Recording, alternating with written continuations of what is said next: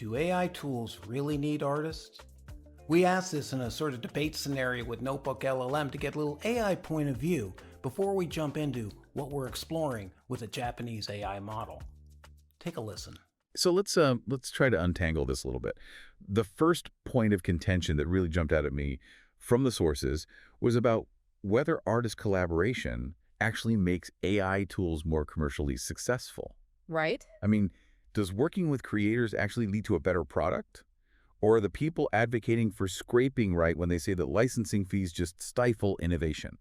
I think this is where the real-world examples become really fascinating. So proponents of artist collaboration, they often point to successes like Adobe Firefly. It's trained on licensed stock images, and designers seem to really love it. Right. There are also projects like Sony's Flow Machines, and this was one where AI actually assisted artists in songwriting, which kind of helped them to sidestep those legal headaches. And there's also the Google projects, Deep Dream and Magenta, which are interesting because they really focus on AI as a tool that fits within existing creative workflows, so not as a replacement for artists. Right. So it's more about AI enhancing creativity rather than replicating it entirely.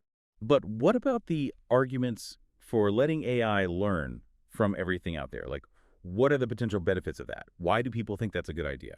Well, those who advocate for open access make the case that forcing these AI companies to pay for training data could basically create a scenario where only the biggest tech companies, the ones with the deepest pockets, can afford to play. Right. Makes sense. And they point to Japan, which has that wide open approach to AI training data, as a possible model for really rapid AI development.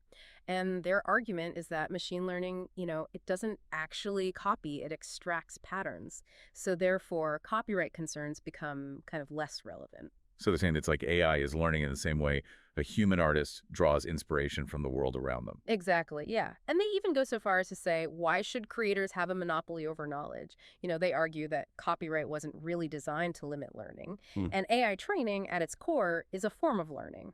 Your work might be protected in one country and free-for-all training data in another.